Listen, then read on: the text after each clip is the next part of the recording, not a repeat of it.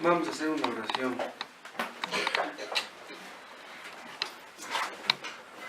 Nuestro Dios, nuestro Padre, bendito seas, te alabamos en esta hora. Por Cristo es que te damos las gracias. Por las bendiciones recibidas, por la paciencia que nos tienes. Porque permites que podamos reunirnos para estudiar tu palabra, para invocar tu nombre. Conscientes estamos, Padre, de cuánto te necesitamos, cuánto dependemos de ti. Danos más humildad y danos más mansedumbre para recibir tu palabra como lo que es y vivir conforme a ella. Que tu palabra obre con poder en nuestras mentes, en nuestros corazones. Que tu Espíritu Santo lo haga en el nombre de Jesús. Amén.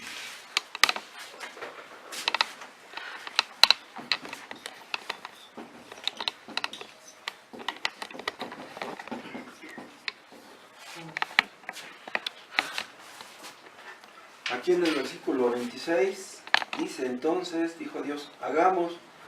Esta palabra hagamos es la primera indicación en la Biblia de la triunidad de Dios.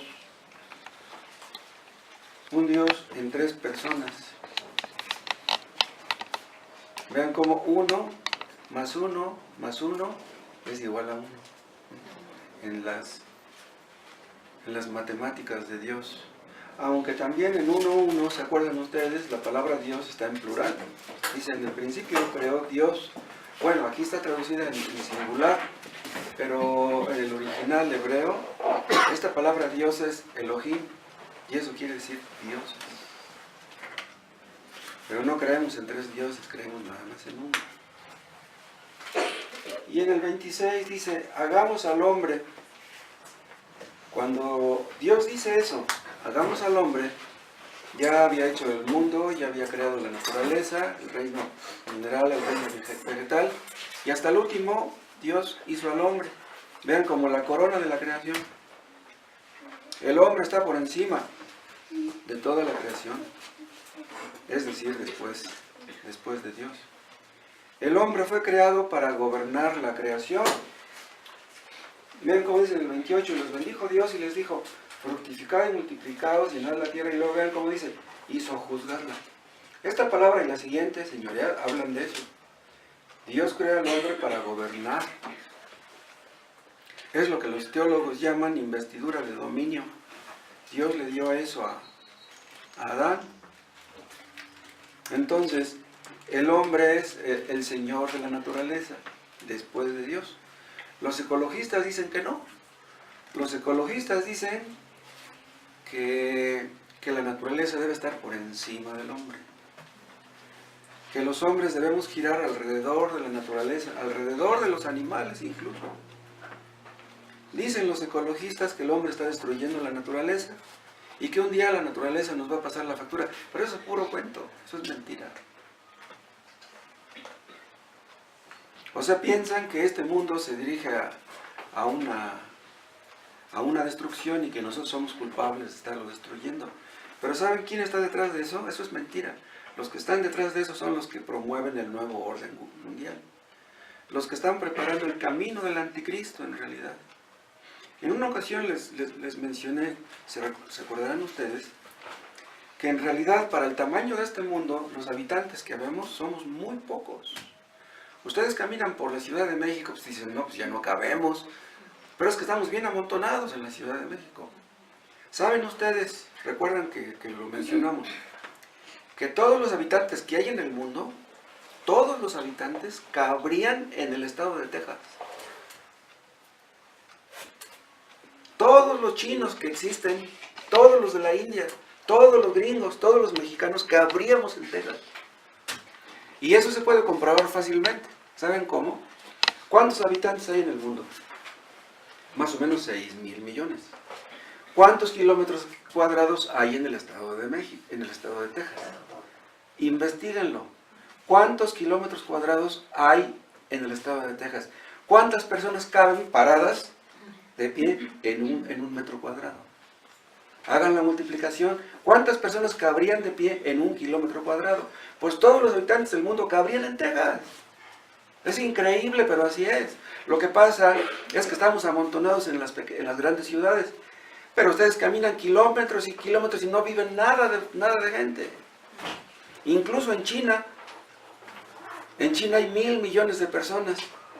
Pero están amontonados en grandes ciudades. Pero hay kilómetros donde no vive ni un chino. 695.662 kilómetros cuadrados, Texas. Hay que hacer la multiplicación, saquen su calculadora, ¿no? Hay un montón de lugares en este mundo que son vírgenes, que están inexplorados. Dice el versículo 26. Entonces dijo Dios, hagamos al hombre a nuestra imagen. Vean, el hombre fue creado a imagen de Dios.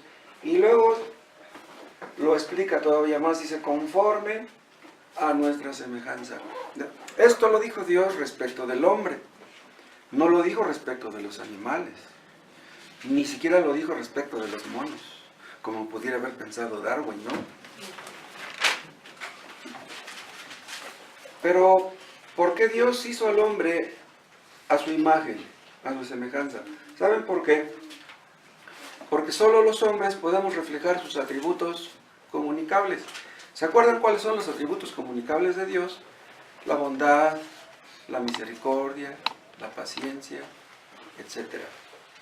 O sea, son atributos que nosotros podemos tener en un grado o en otro. Entonces, Dios es una persona, Dios tiene una mente, Dios razona. Y Dios nos hizo a nosotros con una mente, con la capacidad de pensar, de analizar, de razonar, etc. Acuérdense ustedes que los seres humanos fuimos creados con una personalidad. Las características de una personalidad son la mente, las emociones y la voluntad. El intelecto, la voluntad, las emociones. ¿Por qué? Porque Dios tiene esas cosas. Dios es inteligente. Dios tiene una voluntad. Dios tiene emociones. Pero los animales no. Vean ustedes la diferencia tan grande que hay entre el hombre y los animales. Dios creó a Adán a su imagen en sentido moral. ¿Por qué? Porque cuando Dios hizo a Adán, lo hizo bueno, lo hizo perfecto. Adán fue creado perfecto, pero con la capacidad de pecar. Vean, Dios no tiene esa capacidad. Dios no tiene la capacidad de pecar, Dios no puede pecar. Es imposible que Dios peque. Pero Dios hizo a Adán con esa capacidad y era perfecto. O sea, Dios lo consideró conveniente crearlo con esa capacidad. Dios ya sabía que Adán iba a pecar. El pecado de Adán no tomó a Dios por sorpresa. Entonces, cuando Adán fue creado era como Dios, era bueno, era sin pecado. Y estos atributos comunicables que les acabo de mencionar se pueden ver en los hombres. Pero Dios manifiesta los atributos incomunicables de muchas maneras. Por ejemplo, en Romanos capítulo 1, no sé si ustedes se acordarán que la ira de Dios se revela desde el cielo. ¿Se acuerdan? O sea, hay tal cosa como ira de Dios. Y Dios quiere que los hombres entiendan que la ira es un atributo de Dios. Vean otro versículo también en Romanos 9.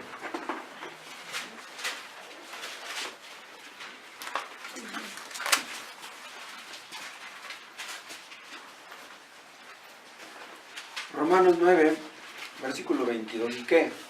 Si Dios queriendo mostrar su ira, vean cómo dice, Dios queriendo mostrar su ira. O sea, a Dios no le da vergüenza que la gente sepa que Él es un Dios de ira. A nosotros tal vez nos da vergüenza que la gente vea que nos enojamos, pero a Dios no le da vergüenza eso. Él es así. Ahora, entonces, ¿no Dios es amor? Sí. Dios es amor también. Pero eso no quita que Dios sea también un Dios de ira. O sea, una cosa no se opone a la otra. Por ejemplo, yo amo a mis hijos. Pero si mis hijos me hacen enojar, pues yo me enojo. Entonces, como los amo, entonces es malo que yo me enoje, no. Y aquí no solamente habla de la ira, vean. Aquí en el 22 habla de su poder. Y habla de su paciencia también. Y al final del versículo 22 otra vez vuelve a mencionar la ira. Entonces, quiere decir esto, que Dios es un Dios muy complejo. Dios no es algo tan sencillo como muchos piensan. Sí, los pentecostales dicen, Dios es amor, y ellos piensan que nada más es amor. Dicen, no, Dios no puede castigar a los hombres. No es posible que Dios castigue, pero es que ellos no conocen a Dios, por eso concluyen eso. Nosotros nos enojamos si un hijo nos desobedece. Y ahí pueden ustedes ver que somos hechos a la imagen de Dios. A Dios no le gusta que le desobedezcamos. A nosotros no nos gusta que nuestros hijos nos desobedezcan. Si un hijo nuestro nos miente, nos da coraje. Pues a Dios le da coraje cuando nosotros mentimos. A Dios no le gusta la mentira. ¿Por qué? Porque fuimos creados a la imagen de Dios. Entonces, Dios debería estar obligado, como dicen algunos, a mostrar su amor, pero no a mostrar su ira. ¿Cómo es que Dios muestra su ira? Bien, la Biblia está llena de los juicios de Dios. Los juicios son advertencias preliminares. Los juicios son juicios temporales, que son indicativos de que habrá un día que Dios castigará a todos los que se niegan a arrepentirse. Entonces, Dios castiga el pecado aquí y lo va a castigar allá, a todos los que no se arrepientan. Hay muchos inconversos que pecan y vuelven a pecar y Dios no los castiga, pobres de ellos. Están acumulando ira para el día de la ira, pero espérense para el día del juicio y verán ustedes cómo Dios va a descargar toda su ira sobre ellos. Dios castiga el pecado aquí de los creyentes. Castiga el pecado de nosotros aquí para no castigarlos allá. Y no castiga los pecados de los inconversos aquí para castigarlos allá. Pero Dios perdona a los pecadores, incluso si han cometido los peores pecados. Y es de esa manera que Dios muestra su misericordia. Entonces, Dios es un Dios de ira, un Dios de justicia, pero también un Dios de misericordia. Entonces, Dios es glorificado en todos sus atributos. Si existe el cielo, existe por el amor de Dios, por la bondad de Dios. Pero si existe el infierno, y vaya que existe por la ira de Dios, por la justicia de Dios. Pero si existiera nada más el cielo y no existiera el infierno, ¿qué clase de Dios sería ese? Vean ustedes que Dios, el Dios verdadero, es un Dios personal. Y ahí vemos algo de la imagen de Dios. Nosotros somos personas. ¿Quién nos creó? Pues una persona. ¿Será posible que seamos producto de la nada? Un día le dije a un amigo ateo. Le dije, Dios es una persona, y me dijo, dice, a ver, preséntamelo. Vean lo necio que puede llegar a ser una persona. Pero si nosotros somos personas, eso quiere decir que Dios tiene que ser una persona. Ninguna criatura en este mundo refleja la gloria de Dios como los seres humanos. Los animales no. Vean, hay animales que son capaces de hacer cosas increíbles. Hay animales muy inteligentes. Pero los hombres estamos por encima de todos los animales. Otra cosa, la imagen de Dios también es moral y espiritual. Les acabo de mencionar que Dios creó a Adán bueno, lo creó perfecto. Pero después de que Adán decidió pecar, entonces la imagen de Dios se vio afectada. Y ya los seres humanos, ya tenemos esa imagen distorsionada de Dios. Incluso en el caso de los creyentes. Porque debiendo ser perfectos, no lo somos. Pero cuando una persona nace de nuevo, es recreado. Vean, cuando un niño nace del vientre de su madre, es creado. Pero cuando nace de nuevo por el poder del Espíritu Santo, es recreado. Vean ustedes en Efesios, en el capítulo 4.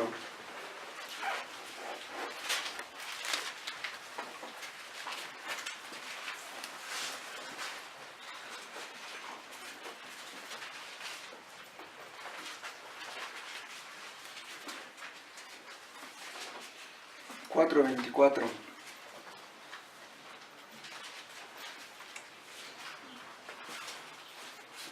Vean el 23. Renovaos en el espíritu de vuestra mente y vestíos del nuevo hombre, creado según Dios, en la justicia y santidad de la verdad. Esta palabra que dice aquí creado, se puede traducir como recreado. Porque Dios nos recrea con el poder del Espíritu Santo. Esto de vestidos del nuevo hombre es algo que solamente los creyentes pueden hacer. ¿Sí? O sea, el nuevo hombre que somos en Cristo. Antes estábamos en Adán, creyendo en Cristo, estamos en Cristo. Entonces debemos vestirnos como corresponde a los hijos de Dios. Antes éramos hijos de Adán, pues ¿qué es lo que traíamos? Pues la imagen de Adán, nos parecíamos a nuestros padres pecadores. Pero ahora como nuestro Padre es Dios, porque somos hijos de Dios, entonces debemos reflejar la gloria de Dios en nuestro carácter. O sea, somos renovados en parte. Seremos perfectos hasta que estemos en la gloria, seremos como Cristo mismo cuando estemos allá. Hay un versículo que ustedes recordarán que dice, el que está en Cristo, nueva criatura es. Pero, aunque somos nuevas criaturas, de todos modos, en un sentido, seguimos siendo los mismos. Nos miramos en el espejo y pues nos vemos los mismos, ¿no? Otra cosa, esta imagen de Dios la vemos también en el matrimonio. ¿Por qué? Porque la imagen de Dios la lleva tanto el hombre como la mujer. La imagen de Dios debe reflejarse, vean, en el matrimonio. Vean en Efesios, en el capítulo 5.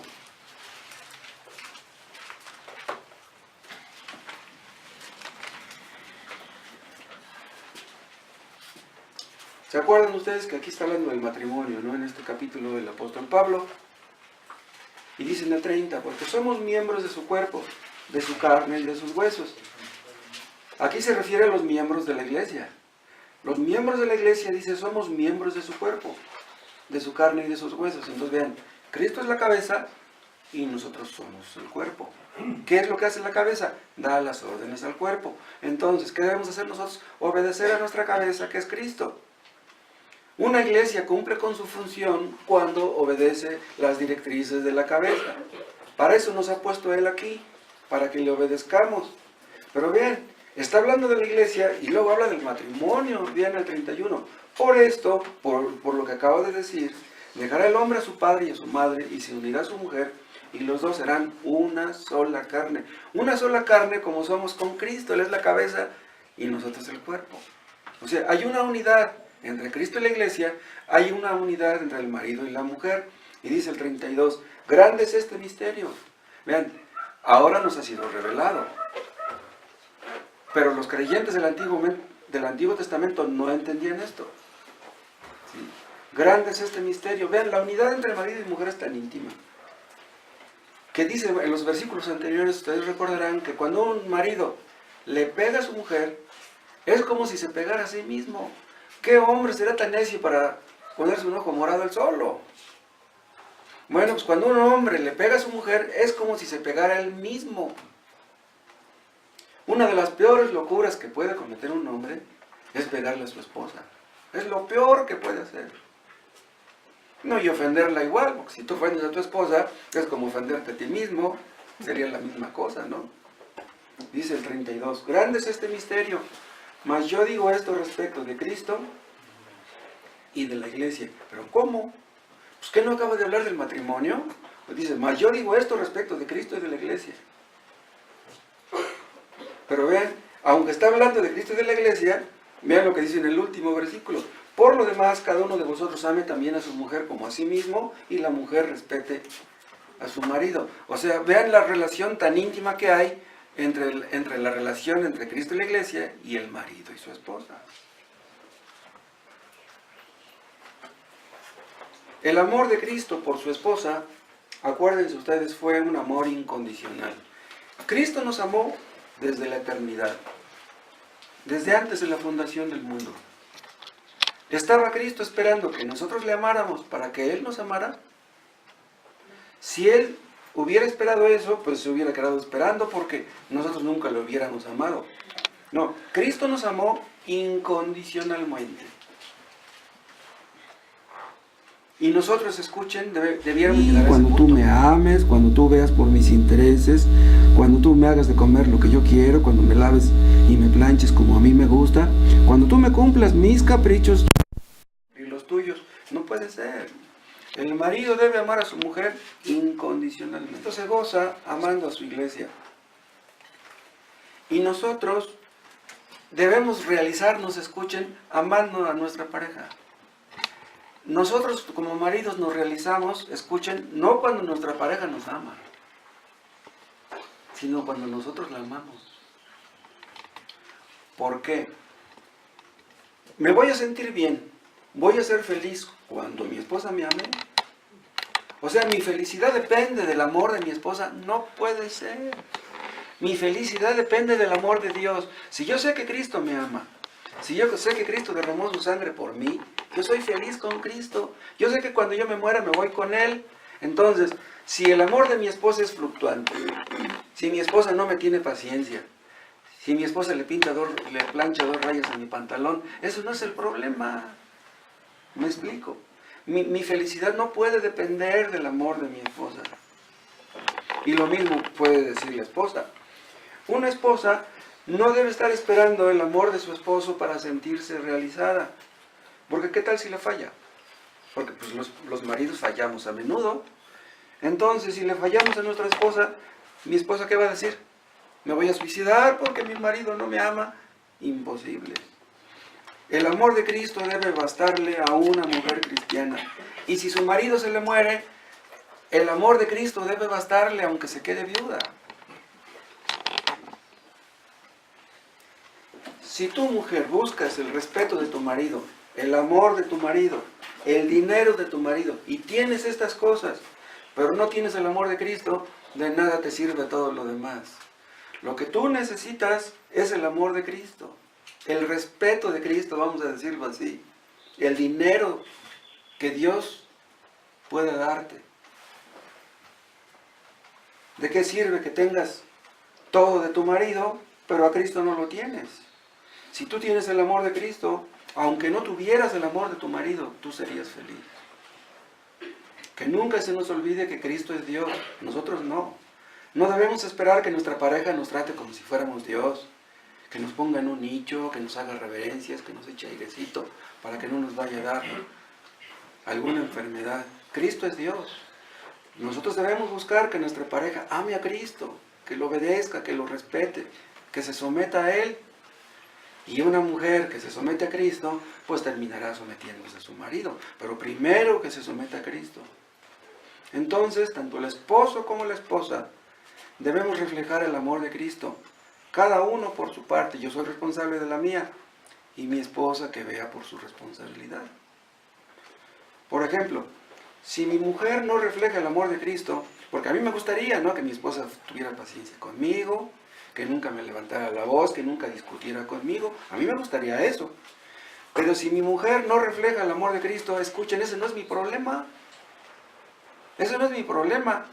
Ese es un problema de ella que tiene con Dios. Si mi esposa no me valora, si mi esposa no me aprecia, ella está mal. Pero ella tiene que responder por eso delante de Dios, no delante de mí. Imagínense que yo le dijera a mi esposa, ¿y por qué eres así conmigo? Yo te voy a obligar a que me respetes. No. Eso no da resultado. Hay matrimonios donde se entabla una lucha. A ver, ¿de qué cuero salen más correas? ¿Quién va a salir ganando? Pues ninguno, los dos van a salir perdiendo. Ahora vean, si mi mujer no refleja el amor de Cristo, en un sentido ese sí es mi problema. Porque a mí me gustaría que ella me amara más de lo que me ama. Pero en realidad el principal problema que ella tiene no es conmigo, sino con Dios. Si nosotros no amamos a Cristo, díganme, ¿qué pierde él? ¿Pierde algo él? Él es feliz. Cristo es feliz con mi amor y sin mi amor. Yo debiera ser feliz con el amor de mi esposa y sin el amor de mi esposa. Una persona que aprende a depender del amor de Dios, ya no podrá depender del amor de su pareja. Supongamos, por ejemplo, que mi esposa me ofende terriblemente. Eso, en lugar de darme coraje, debiera darme tristeza. ¿Por qué? Porque si mi esposa me ofende así, quiere decir que ella está mal. Y ella va a sufrir las consecuencias de eso. Entonces a mí debe de dolerme eso y no darme coraje. Entonces no realizamos, vean, dependiendo del amor de Dios y amando a nuestra pareja. Si nosotros aprendemos a amar a nuestra pareja, ya la hicimos. ¿Saben por qué? Porque hay millones de hombres que no aman a su pareja. Hay millones de mujeres que no aman a su pareja. Si tú te casas buscando ser amado, si tú buscas amor en tu matrimonio, mejor no te cases. No busques eso. Tú debes buscar el amor de Cristo, el amor de Dios. Y si tienes el amor de Dios, aunque tu pareja no te ame. Claro, no vas a buscar una pareja para que te odie, ¿no? No puede ser. Pero no estés tú, ay, yo voy a casar y entonces si me salgo de mi casa, es que en mi casa no me quieren. En mi casa me gritan, me regañan. Quiero casarme para que me traten bien, como un Dios, como una diosa. Si es así, mejor ni te cases.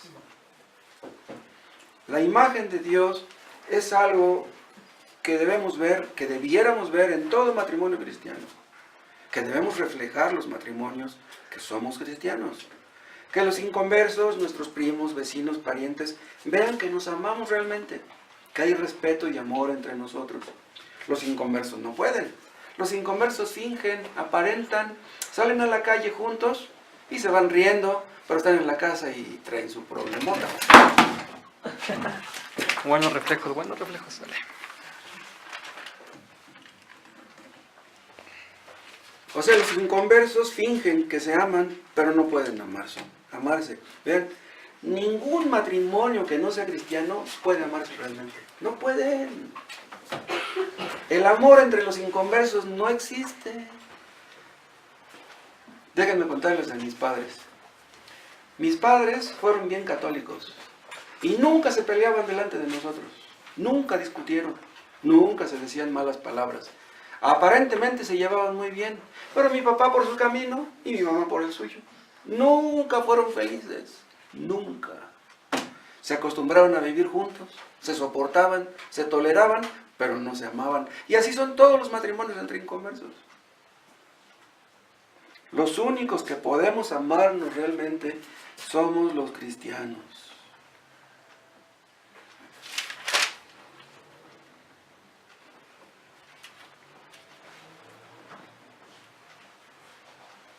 Es posible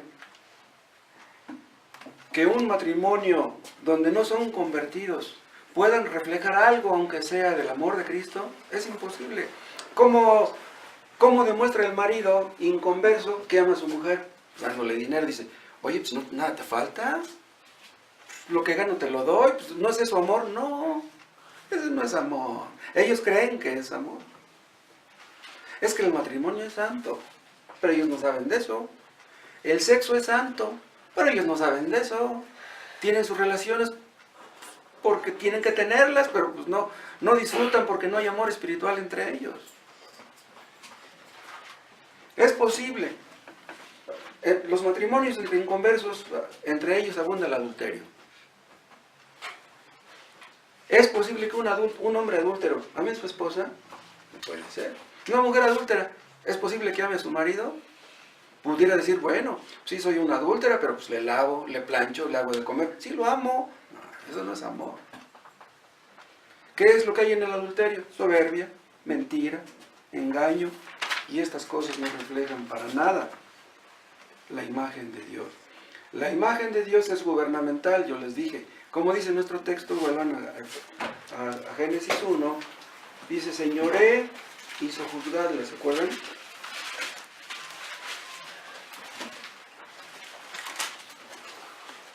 Es lo que dice en el 26.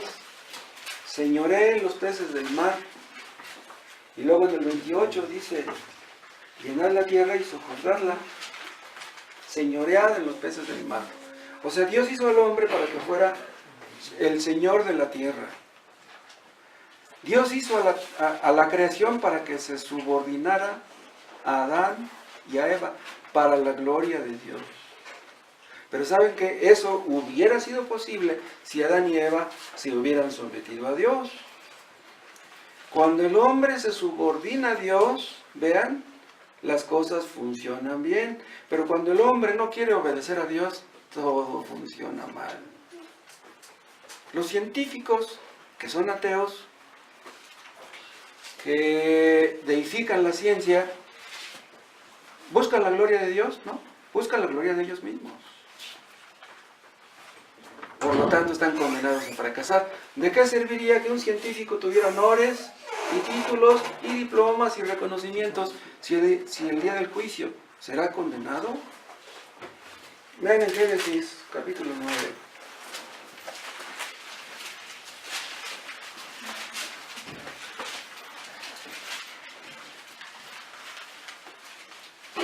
Génesis 9:6. El que derramare sangre de hombre, por el hombre su sangre será derramada, porque a imagen de Dios es hecho el hombre. Vean cómo dice este versículo, es muy interesante. Si un hombre mata a otro hombre, él tiene que morir. Aquí está lo que es la pena de muerte, ¿sí? ¿Por qué? ¿Por qué Dios considera tan valiosa la sangre del hombre? Dice al final, porque a imagen de Dios es hecho el hombre. Ven, los del cártel del Golfo matan a los Zetas. Los de la familia michoacana matan a los del cártel de Sinaloa. Pero aunque los que mueran sean narcos, esos narcos tienen la imagen de Dios. ¿Pueden ustedes creerlo? Ustedes dirían, pues un narco mató a otro narco. Pues que se maten todos, que no quede ninguno. No, pobre gente, ya se les acabó la esperanza. Esos narcos que mueren, ¿ya cómo van a ser salvos? Dios considera valiosa la sangre de los hombres, de todos los hombres. Esto no niega la pena de muerte, porque eso lo dice aquí. O sea, Dios autorizó la pena de muerte, pero ustedes saben en qué casos, no en cualquier caso. Dios le dio permiso a los hombres de matar animales, pero Dios no le dio permiso a los animales de matar al hombre. Vean la diferencia que hay entre la vida de un hombre y la vida de un animal. Vean en Génesis, en Éxodo 21, vean.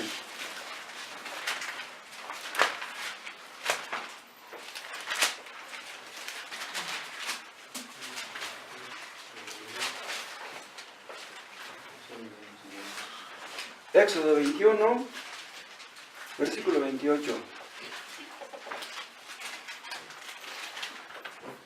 Si un buey acorneare a hombre o a mujer, y a causa de ello muriere, o sea, muriere el hombre o la mujer, el buey será apedreado.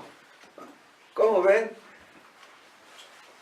O sea, Dios permitió que los animales que mataran a una persona, que los mataran.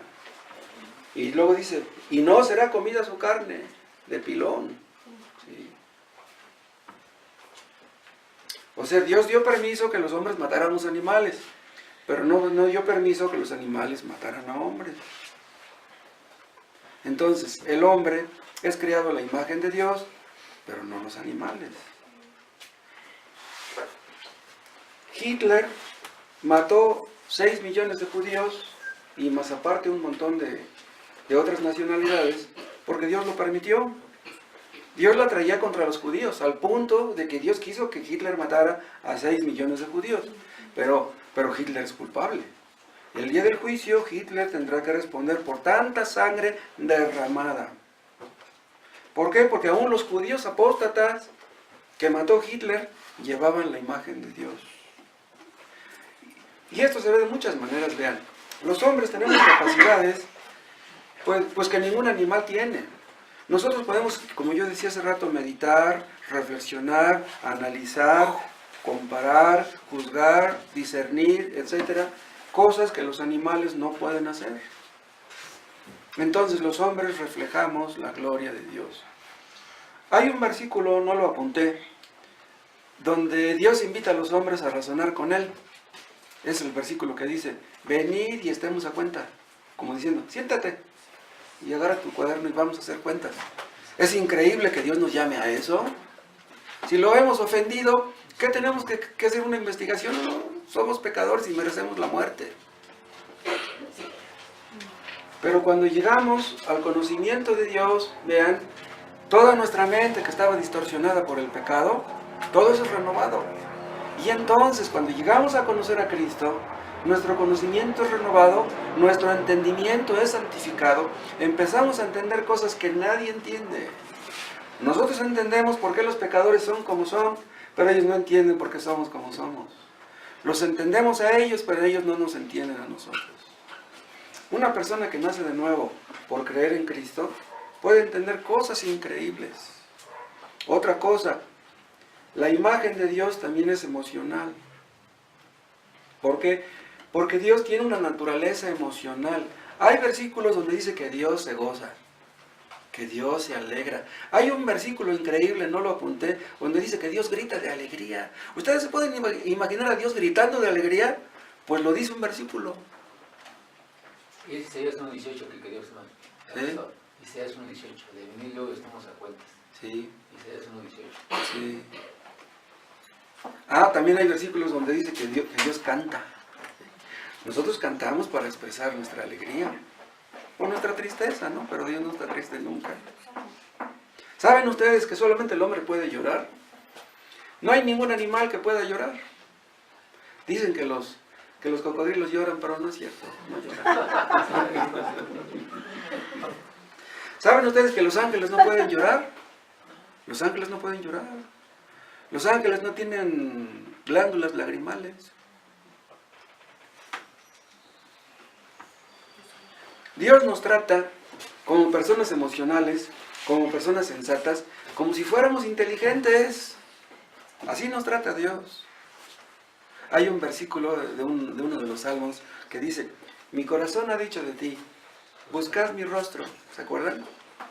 O sea que Dios nos dice a nuestro corazón: búscame. No te alejes de mí, no te escondas de mí, búscame. Es increíble que Dios nos diga eso. Nosotros no somos reacios a buscarlo, pero Él nos dice: búscame. Tenemos capacidades emocionales de muchos tipos. Tenemos capacidades musicales. Vean, solamente los seres humanos tenemos capacidades musicales. Eso refleja la gloria de Dios. Cantamos para expresar gratitud, alegría, dolor, anhelos, sueños. Lo vemos también en las capacidades artísticas que el hombre tiene. Hay hombres que tienen unas capacidades increíbles. Los poetas, ¿quién les dio esa capacidad de hacerlo? Pues Dios. Los músicos, los artistas, los pintores. Pero vean, el gran poeta es Dios, no es Milton. El gran músico no es Beethoven, es Dios. El gran artista no es Miguel Ángel, es Dios. Porque estas capacidades reflejan la gloria de Dios. Dios le dio a los hombres la capacidad de diseñar, de inventar. Dios le ha dado a ciertos hombres un cerebro increíble. Y esto habla de la investidura de dominio que les mencionaba hace un rato. Ah, y las capacidades matemáticas. Hay hombres que tienen un cerebro increíble para las matemáticas. El otro día yo vi a un muchacho en una combi, yo venía sentado junto a él, y él traía un cubo de Rubik, pero no de esos cuadrados, de esos que son como hexagonales, tienen muchos lados. No, así, y en un ratitito que forma todos los colores, yo dije, yo me vuelvo loco con ese cubo. Los que hacen eso tienen una mente matemática, un cerebro increíble. Pero vean, a pesar de que Dios nos ha dado capacidades tan increíbles, todas dependen de Dios. No sé si ustedes sepan que dicen los científicos que una pequeña explosión solar, ¿ven? Una pequeña explosión solar puede acabar con toda la tecnología que existe en el mundo y nos dejaría como en la Edad Media. O sea, los sabios, los científicos se enorgullecen de la tecnología. Pues Dios acaba con nuestra tecnología así, un ratito. Estamos en sus manos. Adán era el primer hombre y tenía capacidades, escuchen, que nosotros no tenemos. Y él no fue a la escuela, él nunca estudió.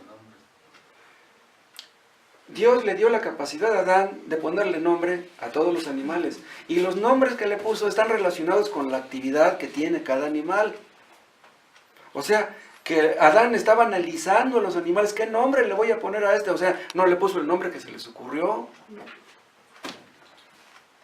O sea que tenía una inteligencia Adán que nosotros no tenemos. Hay hombres que hablan 10 idiomas. Hay hombres que hablan 20. Hay hombres que hablan 30 idiomas. El otro día me hablaba un amigo que en Chiapas hay una niñita de 11 años que habla 6 idiomas. Una niñita lacandona habla 6 idiomas. Y dice que una mujer vino de Holanda que quería conocer a esa niña. Y cuando la tuvo enfrente dice, vine aquí a Chiapas porque quería conocer a esta niña. Dice, ya la tengo aquí. ¿Cómo ven? Nosotros podemos expresar nuestros sueños, nuestros pensamientos, nuestros descubrimientos, cosas que ningún animal puede hacer. Ah, otra cosa. Cristo descendía constantemente al paraíso, al Edén, al jardín del Edén y hablaba con Adán. No hablaba con los animales, no, hablaba con Adán y con Eva. Es increíble cómo Dios manifiesta su poder. Que una persona está escuchando el Evangelio y la palabra de Dios penetra en su mente. Y esa palabra empieza a hacer su obra. Cuando yo llegué a ser convertido, quieren que les diga algo, yo creí que me estaba volviendo loco. Yo escuchaba una predicación y en mi mente quedaba grabado el texto. Iba yo caminando por la calle y ahí llevaba el texto. Me subía al metro y ahí llevaba yo el texto. Me acostaba con el texto en la mente, despertaba a las 3 de la mañana y ahí tenía el texto en la mente, no se me podía borrar. No cabe duda que eso solamente Dios lo puede hacer. El poder de Dios. El hermano Tomás me pidió que predicara por primera vez, yo le calculo que como por el 88, 1988. ¿Saben qué pasaba? Que yo me ponía a orar y le decía a Dios, Dios, ¿de qué texto quieres que predique? Hay tantos textos, pero ¿de cuál quieres que hable? Y luego mi mente daba vueltas y no sabía de qué predicar. Y luego de repente, ¡pum!, se me prendía el foco y decía, de esto voy a predicar. Despertaba yo a las 3 de la mañana, despertaba a las 4 y ya tenía cerca de ahí un cuaderno y un lápiz porque yo ya sabía. Se me venían un montón de ideas y escribí. Luego ni podía ni dormir por estar escribiendo. ¿Saben qué? La palabra te agarra. La palabra te persigue. La palabra tiene pies. La palabra tiene manos, te agarra. Eso lo dijo Martín Lutero. La imagen de Dios es reflejada también, ¿saben en qué? En la conciencia. Nosotros tenemos conciencia de nosotros mismos, pero los animales no. Nosotros nos preguntamos, ¿por qué existo? ¿Por qué vine al mundo? ¿Cuál es el sentido de mi vida? ¿Cuál es el propósito de mi existencia? ¿De dónde vengo? ¿De dónde provengo? ¿Hacia dónde voy? ¿Hacia dónde me dirijo? Nosotros tenemos conciencia de nuestra existencia y Dios tiene conciencia de su existencia, porque Dios nos hizo a su imagen. Solamente los necios no pueden aceptar que Dios existe. Y con el hecho de aceptar, de creer que Dios no existe, están demostrando que son muy necios. ¿Por qué? Porque si yo existo, pues debe existir Dios forzosamente. ¿Cómo es posible que el hombre se hizo solo? Eso es absurdo. ¿Los animales son ateos? Bueno, se comprende que sean ateos, ¿no? Pero ¿cómo que un hombre es ateo? Con el cerebro tan maravilloso que Dios hizo al hombre. Otra cosa, Dios nos hizo con una capacidad teológica. Ninguna criatura tiene una capacidad teológica como los hombres. Vean, los hombres de hace 10 siglos creían que Dios existía. Los hombres de hace 2000 años, de hace 3000 años, creían que existía un Dios. ¿Quién les dijo eso?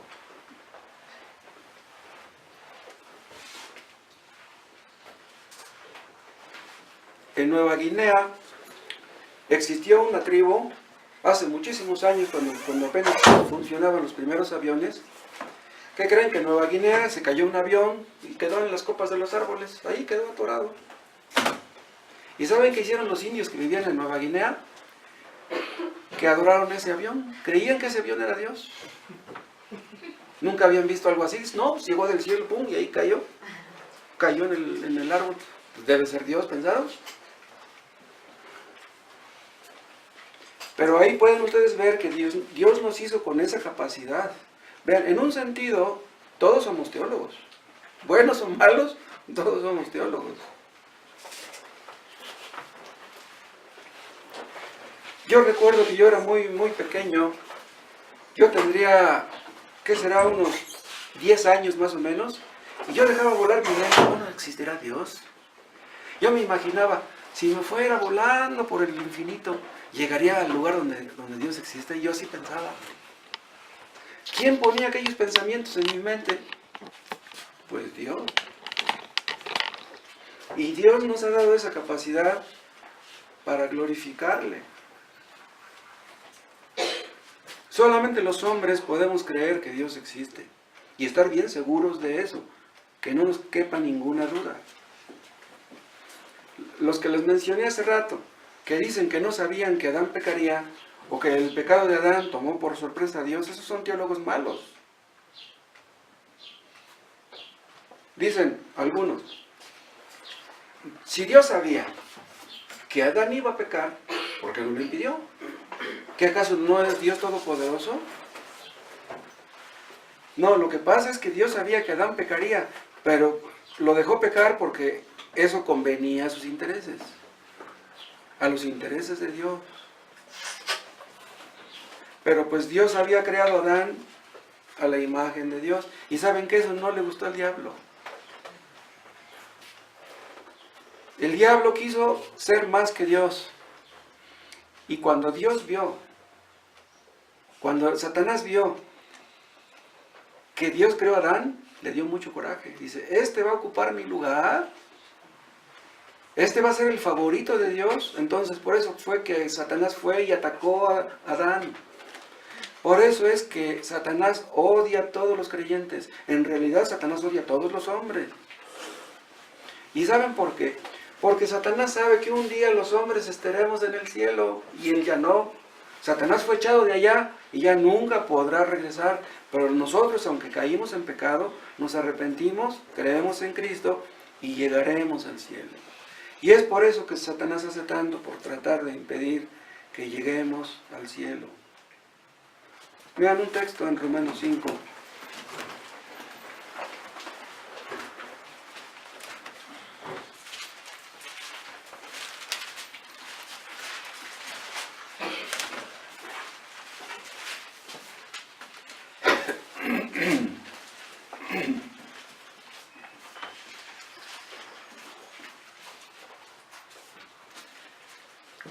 Justificados pues por la fe, 5:1. Tenemos paz para con Dios por medio de nuestro Señor Jesucristo, por quien también tenemos entrada por la fe a esta gracia en la cual estamos firmes. Vean, esta gracia en la cual estamos firmes. O sea, no es posible que Dios nos quite su gracia. Si a Dios nos ha dado su gracia, ¿cómo nos la va a quitar? No la merecíamos, nos dio algo que no merecíamos. ¿Qué haremos para que nos quite eso? Este texto habla claramente de que la salvación no se puede perder. Dice, a esta gracia en la cual estamos firmes, no dice, a esta gracia en la cual deberíamos estar firmes. No dice, estamos. Estamos firmes por Dios, dice, y nos gloriamos en la esperanza de la gloria de Dios. Esta palabra nos gloriamos quiere decir nos jactamos. En la esperanza de la gloria de Dios. Esta palabra esperanza no es como la entiende la mayoría. No es algo incierto o dudoso o vago, sino algo cierto, algo firme. ¿Cuál es nuestra esperanza? De ir a la gloria de Dios. En el momento que creemos en Cristo, estamos seguros que iremos a la gloria. No hay duda.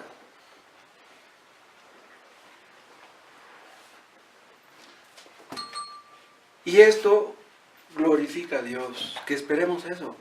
Esperando la gloria de Dios, somos capaces de soportarlo todo en este mundo. El sufrimiento, la pobreza, la necesidad, la soledad. Podemos soportarlo todo. Esa esperanza de la gloria de Dios la tenían los mártires que iban a la hoguera. Los estaban quemando vivos y estaban cantando. Estaban cantando himnos a Dios. Y decían los que los escuchaban, están desvariando. Están locos, están desvariando. ¿Cómo es posible que se están quemando y están cantando? Pero es que Dios estaba ahí con ellos, el Espíritu Santo les estaba dando fortaleza.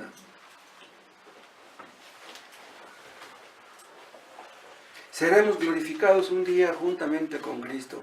Nuestros ojos mirarán a Cristo. ¿Saben por qué? Porque fuimos creados para participar de la gloria de Cristo. Vean 2 de Corintios, capítulo 3.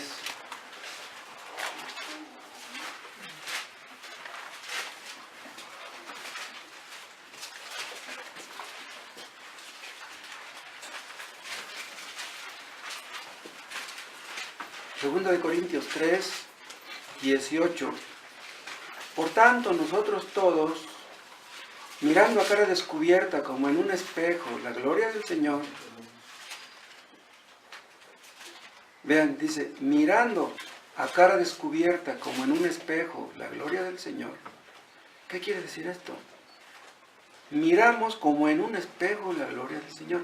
Acuérdense ustedes que los espejos de aquel tiempo eran de bronce bruñido, no eran como los espejos de hoy. Los espejos de hoy ustedes se ven claramente, el detalle más pequeñito lo pueden ver, un poro lo pueden ver ahí en el espejo. Pero los espejos de aquel tiempo reflejaban una imagen muy borrosa. Dice, ¿cuál dije? 18. Mirando a cara descubierta, como en un espejo, la gloria del Señor.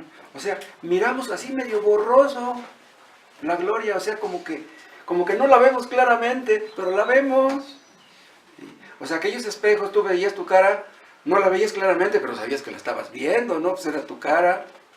Entonces, así vemos la gloria del Señor. Y vean cómo dice después, somos transformados de gloria en gloria en la misma imagen. Vean, Dios nos va transformando de gloria en gloria.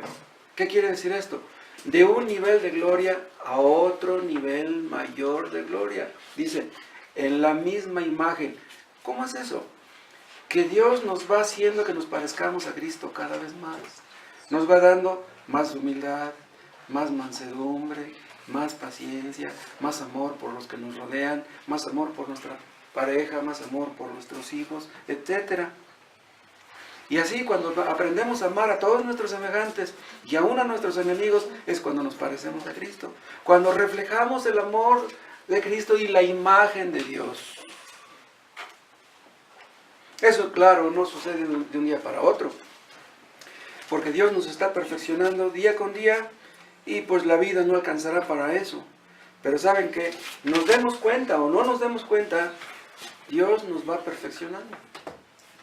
Dios quiere que nos parezcamos a Cristo. Él es nuestro modelo, es nuestra meta máxima, nuestro ideal, el ideal cristiano. Quisiéramos ser como Él. Ahora, eso no significa que vamos a llegar un día a ser dioses. Escuchen, cuando estemos en el cielo, yo estoy diciendo que vamos a ser como Cristo en el sentido de que vamos a ser inmortales. Pero Él va a ser Dios, Él va a ser nuestro Dios. Nosotros no vamos a ser dioses. Federico Nietzsche creyó que nosotros llegaremos a ser como dioses. Él creía que los hombres inventamos a Dios. Él no creía que Dios nos inventó a nosotros. Los inconversos, los ateos, no entienden el porqué de la existencia. No entienden por qué están en este mundo. No entienden el propósito de la vida, el sentido de la vida, pero nosotros ya lo encontramos. Nuestra vida es Cristo. Para mí el vivir es Cristo, dice el apóstol Pablo. ¿Por qué? Porque sin Cristo la vida no tiene sentido. ¿Qué chiste tiene trabajar? ¿Construir una casa? ¿Tener hijos? ¿Eso es todo para lo que vinimos a este mundo? La vida sin Cristo es un caos. Y cuando estemos en el cielo, vamos a tener una gloria esta esperanza de gloria que acabamos de leer. Vamos a tener una gloria que ni los ángeles tendrán. ¿Pueden ustedes creer eso? Hay un texto que dice que juzgaremos ángeles. Vean 1 Corintios 6.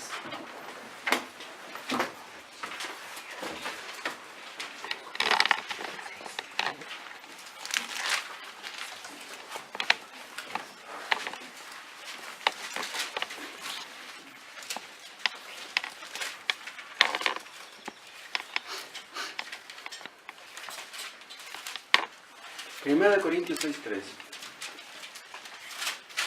¿O no sabéis, dice Pablo a la iglesia de Corinto, que hemos de juzgar a los ángeles? ¿Qué quiere decir esto? ¿A cuáles ángeles vamos a juzgar? ¿A los ángeles caídos? No. ¿Por qué no?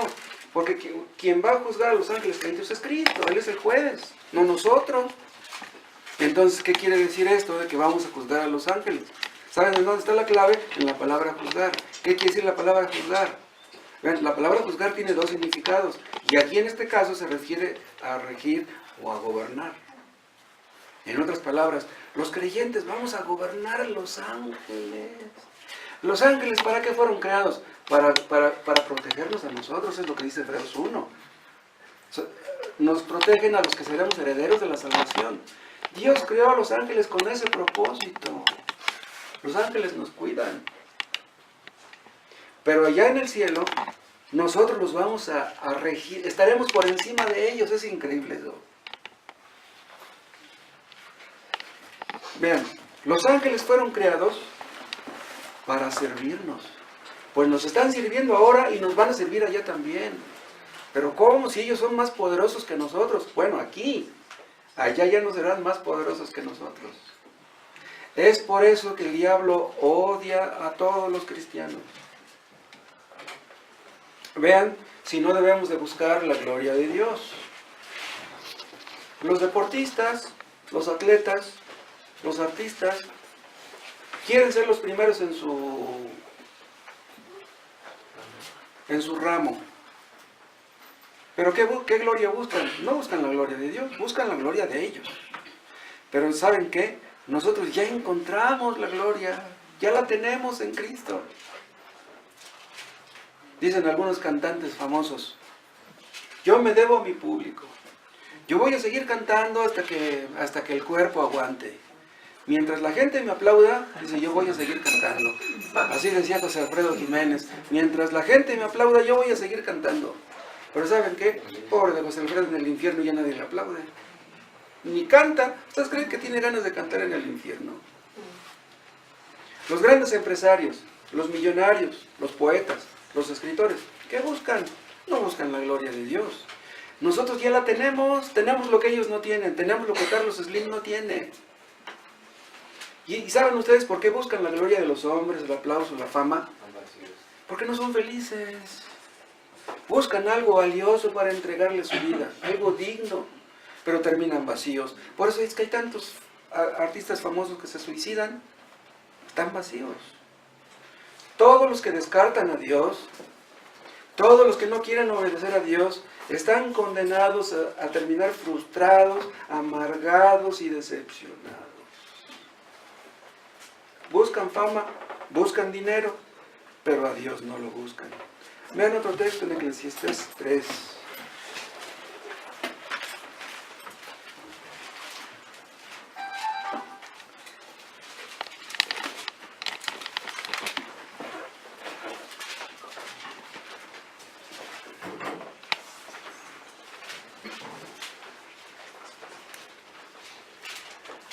Eclesiastés 3:11, aquí habla de Dios, dice, todo lo hizo hermoso en su tiempo, y ha puesto eternidad en el corazón de ellos. Vean lo que dice aquí. Dios todo lo hizo hermoso en su tiempo, y ha puesto eternidad en el corazón de los hombres. ¿Saben qué significa esto? De que Dios ha puesto eternidad en nuestro corazón. Quiere decir que lo temporal no nos llena. Las cosas pasajeras, las cosas de este mundo no nos llenan, no nos satisfacen. Vas en pos del dinero y llegas a tenerlo y descubres que no te hace feliz. Querías tener una casa, ya la tienes, no eres feliz. Querías tener un matrimonio, ya lo tienes y no eres feliz. Pensabas que el matrimonio te iba a hacer feliz. No. Tú no puedes buscar la felicidad en el matrimonio, búscala en Dios. Vean, todos aquellos hombres, aquellas mujeres que nunca se casan, si creen en Cristo, no importa que no se casen. Si tú tienes a Cristo, ya la hiciste. Todo lo que es de este mundo no nos puede satisfacer, no nos llenan. Quiere decir que necesitamos algo que no se encuentra aquí. Y ustedes saben qué es eso.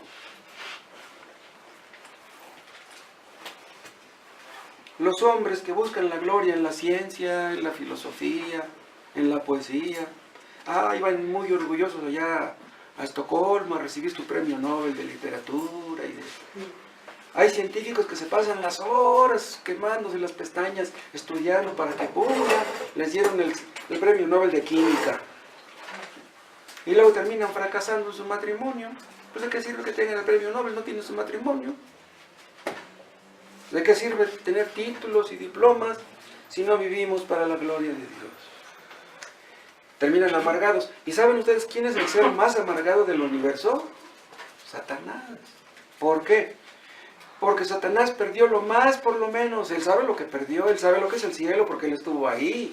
Y él ya sabe que no puede regresar al cielo. Y no quiere que vayamos al cielo nosotros. Vean Hebreos 9.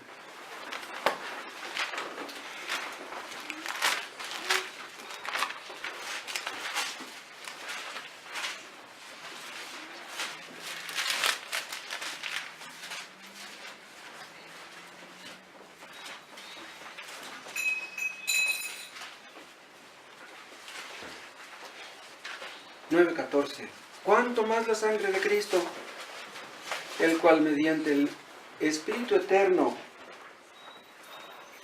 se ofreció a sí mismo sin mancha a Dios, limpiará vuestras conciencias de obras muertas para que sirváis al Dios vivo? ¿Para qué murió Cristo? Para que sirvamos a Dios, no para que nos sirvamos a nosotros.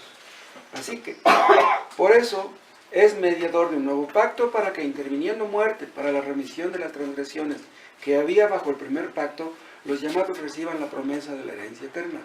¿Es posible que los llamados no reciban la herencia eterna? Vean, nosotros somos herederos de la salvación, de la herencia eterna, no los ángeles. Nosotros somos hijos de Dios como los ángeles no pueden serlo, ¿entienden? Tenemos algo que los ángeles nunca tendrán. Es increíble. Es increíble que habiendo caído tan bajo, Cristo nos levante tan alto. Por eso Satanás no quiere que lleguemos allá. Él sabe lo que es estar en el cielo. Por último, vean Romanos 8.